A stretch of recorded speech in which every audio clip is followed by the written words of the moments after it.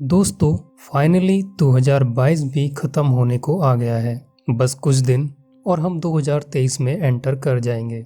साल दर साल यूं ही खत्म होते चले जा रहे हैं, लेकिन एक चीज है जो खत्म होने का नाम नहीं ले रही है, वो है कोरोना वायरस पैंडेमिक। जैसे ही विंटर सीजन दस्तक देता है, वैसे ही कोविड-19 पैंडेमिक की एक पोटेंशियल वेव की चेतावनी सर चढ़ के नाचने लगती है। आपको याद दिला दूं, अब से ठीक 3 साल पहले दिसंबर 2019 में ही चाइना में कोविड-19 का फर्स्ट केस डिटेक्ट हुआ था और उसके बाद की कहानी तो हम सब जानते हैं। माना कि पिछले 3 सालों में इस वायरस के अलग अलग स्ट्रेन्स ने दुनिया के अलग अलग कोने में नई नई वेव्स को जन्म दिया है, लेकिन शुक्र है कि शुरुआती 2 से 3 स्ट्रेन्स के अलावा बाकी किसी ने दुनिया को बहुत ज्यादा नुकसान नहीं पहुंचाया है। हाई चांसेस हैं कि लेटेस्ट स्ट्रेन को भी हम में से बहुत से लोगों ने मामूली स्ट्रेन समझ के न्यूज को अपने दिमाग से निकाल दिया हो, लेकिन चाइना से जो डिस्टर्बिंग वीडियोज और स्टैटिक्स निकल के आ रहे हैं, वो चीख चीख कर एक ही बात बोल रहे हैं कि चाइना में आई नई कोविड वेव को इग्नोर करना किसी के लिए अफोर्डेबल नहीं है। पिछले हफ्ते चाइना में आई नई कोविड वेव से जो हड़कंप मचा है, वो दुनिया के लिए हेडेक बनता जा रहा है। दोस्तों, यहाँ हमारा मकसद आपको डराना नहीं है, किंतु आप लोगों को इसकी रियलिटी से अवगत कराना है। और केवल चाइना ही नहीं, इस स्ट्रेन से इन्फेक्टेड लोग अब सिंगापुर, ताइवान, यूएसए और साउथ कोरिया में भी लार्ज नंबर में डिटेक्ट किए जा रहे हैं। आखिर चाइना में चल क्या रहा है? अभी तक इतने ज्यादा रिस्ट्रिक्शंस थे और अचानक से सब ओपन कर दिया गया। इतनी strict zero Covid policy implement करने के बावजूद चाइना में सिचुएशन इतनी डेंजर आखिर कैसे हो गई? और अगर सिचुएशन इतनी डेंजर हो ही रही है, तो इसको कंट्रोल करने में चाइना बार बार कैसे फेल हो रहा है? क्या शी जिनपिंग के द्वारा जीरो कोविड पॉलिसी को इम्प्लीमेंट करना सही था? कोविड-19 का यह स्ट्रेन आखिर कितना डेंजरस हो सकता है? आखिर इस वेव से पैंडेमिक की शुरुआती वेव्स की बू क्यों आ रही है? दोस्तों, सवाल बहुत सारे हैं। इनमें से कुछ जवाब दिए जा सकते हैं और कुछ के लिए टाइम ही बेस्ट जवाब है। तो इस वीडियो में हम ज़्यादा से ज़्यादा सवालों के जवाब ढूंढने की कोशिश करेंगे। दोस्तों, चाइना में अभी जो स्ट्रेन फैला हुआ है, जिसका नाम है BF7, ये कोविड-19 के ओमिक्रॉन वेरिएंट का एक सब वेरिएंट है। ये हमारे बीच काफी लंबे समय से मौजूद था, लेकिन चाइना में ये BF7 वेरिएंट मास लेवल पर चाइना की पॉपुलेशन अफेक्ट कर रहा है। अगर इसकी सीवियरिटी की बात करें, तो किसी भी वायरस की R वैल्यू या रिप्रोडक्टिव वैल्यू यह डिसाइड करती है कि वो वायरस एक लोग से और कितने लोगों को इन्फेक्ट करता है। कोरोना वायरस के शुरुआती स्ट्रेन में यह R वैल्यू 2 से 3 हुआ करती थी। उसके बाद जब ओमिक्रॉन वेरिएंट आया तो इसकी वैल्यू 11 तक हो गई थी, लेकिन BF7 के केस में ये वैल्यू 16 के आसपास है। यानी इस स्ट्रेन से इन्फेक्टेड पर्सन अपने आगे 16 और लोगों को इन्फेक्ट करता है। यही कारण है कि चाइना से इतने ह्यूज नंबर में लोग इन्फेक्ट हो रहे हैं। अगर इस नंबर पर गौर करें, तो दिसंबर के शुरुआती 20 दिनों में करीब 250 मिलियन लोग BF7 वेरिएंट से इन्फेक्ट हुए थे। यानी 20 दिनों के अंदर चाइना की लगभग 18% पॉपुलेशन इस वायरस से इन्फेक्ट हुई है। एक्सपर्ट की माने तो चाइना में अगले 3 महीनों में 60% पॉपुलेशन इससे इन्फेक्ट हो सकती है। कुछ एक्सपर्ट ये भी बोल रहे हैं कि चाइना में आई इस वेव से पूरी दुनिया की लगभग 10% पॉपुलेशन इन्फेक्ट हो सकती है और इन्फेक्शन से होने वाली डेथ्स मिलियंस का आंकड़ा टच कर सकती है। एक लेटेस्ट रिपोर्ट के अनुसार चाइना में एक दिन में 37 मिलियन लोग इन्फेक्ट हुए हैं, जो कि पिछले 3 सालों में ऐसा कभी भी किसी देश में नहीं हुआ था। और तो और चाइना की नेशनल हेल्थ कमीशन के हिसाब से पिछले 2 हफ्तों में कुल 6 डेथ्स भी हुई हैं। चाइना के क्रेमेटोरियम और हॉस्पिटल्स के जो वीडियोज सोशल मीडिया पर सामने आई हैं, उससे ये साफ जाहिर हो रहा है कि वहाँ हर दिन होने वाली डेथ्स के नंबर्स बहुत ज्यादा हैं।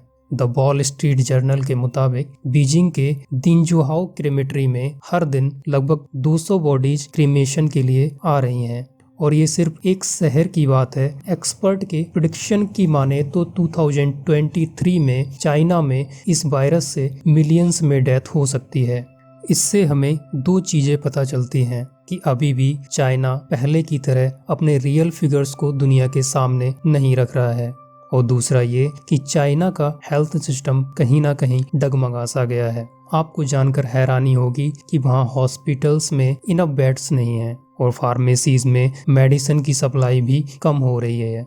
17 दिसंबर से वुहान चाइना सोर्स फार्मास्यूटिकल से हर दिन 3 मिलियन आइबुप्रोफेन की पिल्स को मांग रहा है। रिपोर्ट्स के मुताबिक चाइनीज गवर्नमेंट ने देश में इस मेडिसिन के यूज करने का कोटा भी लिमिटेड कर दिया है। वहीं ताइवान गवर्नमेंट का कहना है कि चाइना इनके यहाँ से भी पेंडोल पिल्स को बल्क में परचेज कर रहा था। उसके बाद ताइवान गवर्नमेंट को इस मेडिसिन की सेल को बंद करना पड़ा था। तो दोस्तों, चाइना का ये हेल्थ सिस्टम हमें भी ये सोचने पर मजबूर कर देता है कि इतने महीनों से चाइना ने सिस्टम में क्या इम्प्रूवमेंट किए हैं। ऐसे में आपको ये जानकर खुशी होगी कि इंडियन फार्मा ने भी चाइना में आइबुप्रोफेन, पैरासीटामोल और यहाँ तक कि वैक्सीन्स के एक्सपोर्ट के लिए भी हाथ आगे बढ़ाया है। अब सवाल ये है कि इस वेव के ओरिजिन के पीछे वजह क्या थी।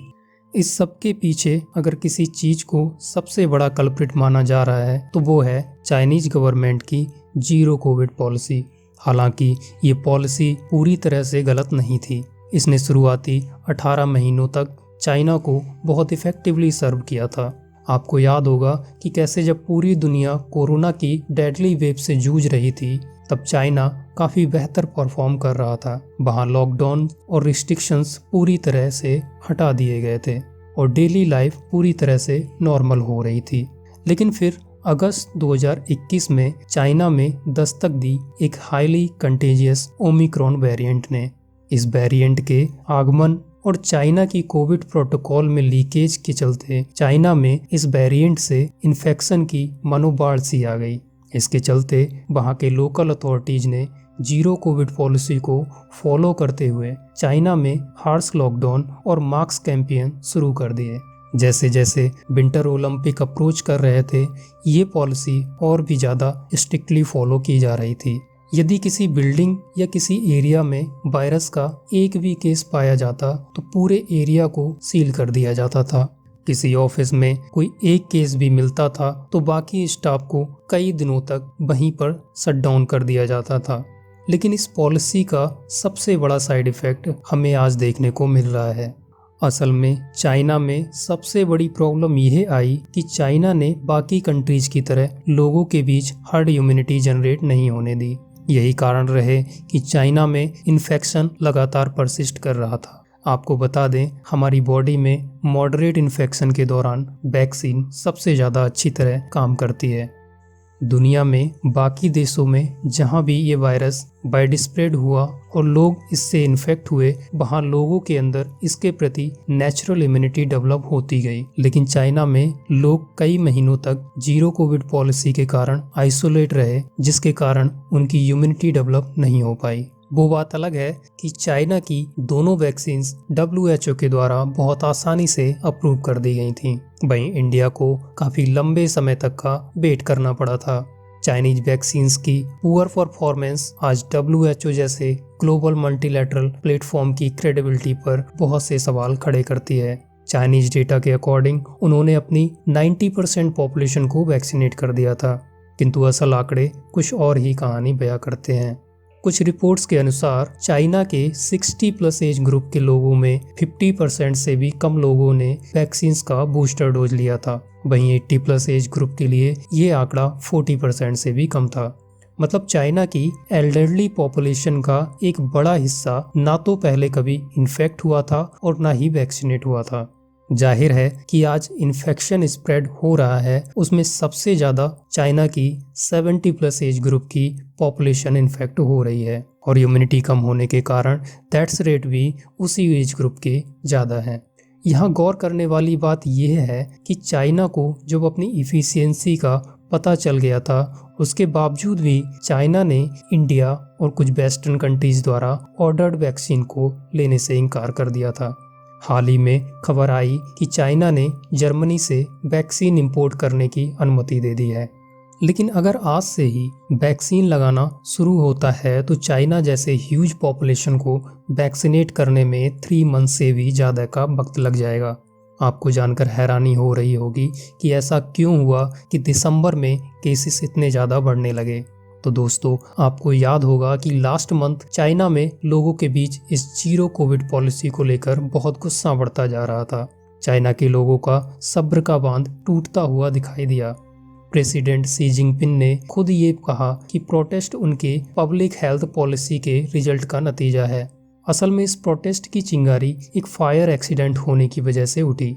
बात है 24 नवंबर की, जब चाइना के सिंगजुआंग प्रोविंस में एक बिल्डिंग में आग लग गई। ये आग शॉर्ट सर्किट के कारण इस बिल्डिंग के 15th फ्लोर से शुरू हुई और देखते ही देखते पूरी बिल्डिंग में फैल गई।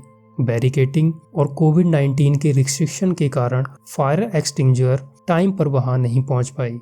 इस पूरे इंसिडेंट को काबू में लाने में लगभग 3 घंटे का समय लगा। इसमें 10 लोगों की डेथ भी हुई। यहीं से लोगों में कई महीनों से पनप रहे गुस्से का एक्सप्लोजन हुआ और लोग सोशल मीडिया के बाद भारी मात्रा में सड़कों पर आ गए और जीरो कोविड पॉलिसी के नियमों पर सवाल उठाने लगे। 26 नवंबर तक प्रोटेस्ट की ये वेव शंघाई और बीजिंग जैसे बड़े शहरों में भी फैल गई। प्रेसिडेंट शी जिनपिंग को इन प्रोटेस्ट का डायरेक्ट टारगेट बनाया गया था। शी जिनपिंग पर इस पॉलिसी को वापस लेने का भी प्रेशर बनाया गया। दोस्तों, आपको मीडिया में हर जगह ये न्यूज मिलेगी कि जैसे ही ये प्रोटेस्ट बढ़े तब चाइनीज गवर्नमेंट ने प्रेशर में आके रीओपनिंग का सिलसिला शुरू कर दिया था। किंतु आप अगर फैक्ट्स पर नज़र डालें तो आप पाएंगे कि चाइना इस सब की तैयारी इन प्रोटेस्ट के पहले से ही कर रहा था। उसके बाद ही चाइना ने इन रिस्ट्रिक्टिव मेजर्स को रोल बैक करना अर्ली नवंबर के शुरू में ही कर दिया था।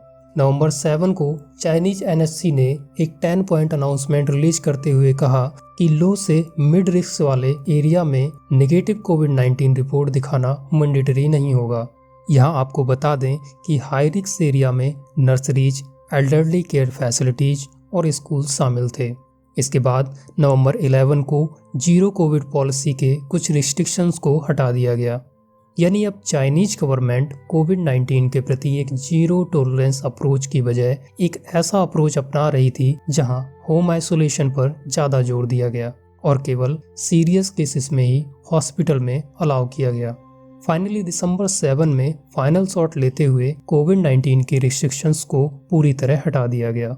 तो कुल मिलाकर आप देख सकते हैं कि रिलैक्सेशंस लेट नवंबर में लार्ज स्केल पर हुए प्रोटेस्ट के डायरेक्ट रिजल्ट नहीं थे। इस रिलैक्सेशन की असल कहानी कुछ और ही थी।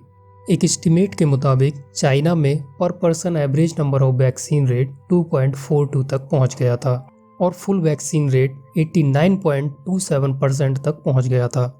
वो बात अलग है कि ये वैक्सीन इनएफिशिएंट प्रूव हुई, लेकिन इस स्टेज पर रीओपनिंग करना उनको एक प्रैक्टिकल ऑप्शन दिखाई पड़ रहा था। कुल मिलाकर हम ये कह सकते हैं कि चाइनीज गवर्नमेंट की जीरो कोविड पॉलिसी एक ब्लंडर थी, लेकिन इस पॉलिसी को वापस लेना आज उससे भी ज़्यादा चाइना की पॉपुलेशन के लिए ब्लंडर साबित हो रहा है। इंडिया की बात करें तो प्रेजेंट सिचुएशन काफ़ी हद तक नॉर्मल है और उम्मीद है कि टाइमली एक्शन लेने के कारण अंडर कंट्रोल ही रहने वाली है। इंडियन वायरोलॉजिस्ट और एम्स के डायरेक्टर का कहना है कि इंडिया को ज़्यादा चिंता करने की ज़रूरत नहीं है। आज इंडिया की लगभग 95% से भी ज़्यादा पॉपुलेशन वैक्सीनेटेड है और इंडिया में इस वायरस को लेकर हर्ड इम्यूनिटी भी एक बड़े लेवल पर डेवलप हो चुकी है। और इंडियन मेडिकल एसोसिएशन के मुताबिक ये वेरिएंट पहले के वेरिएंट इतना रिस्की भी नहीं है।